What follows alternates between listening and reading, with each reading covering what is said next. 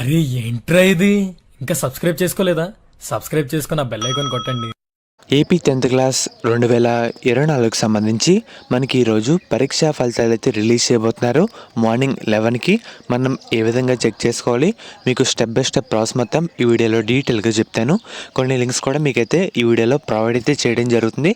అది కూడా డిస్క్రిప్షన్లో ప్రొవైడ్ అయితే చేస్తానమాట.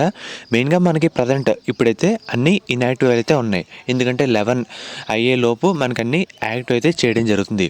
ఫస్ట్ వెబ్సైట్ మనకి మనబడి.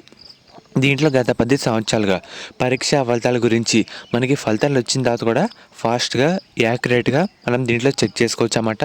అందరూ ఫస్ట్ మనబడికి అయితే ఫస్ట్ ప్రయారిటీ ఇవ్వండి. మనకి ఫాస్ట్గా దీంట్లో అయితే రావడం జరుగుతుంది. మెయిన్గా మనకి కరెక్ట్గా 11 అయ్యే లోపు మనకి యాక్టివ్ అయితే చేస్తారన్నమాట లింక్స్ అన్నీ.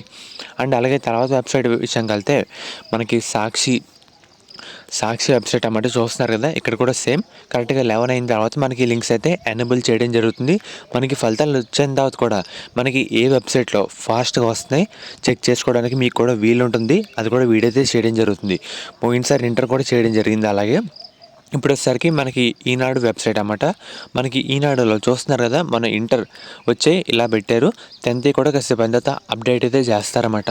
సేమ్ ఈ విధంగా ఇక్కడ అప్లోడ్ అయితే చేయడం జరుగుతుంది.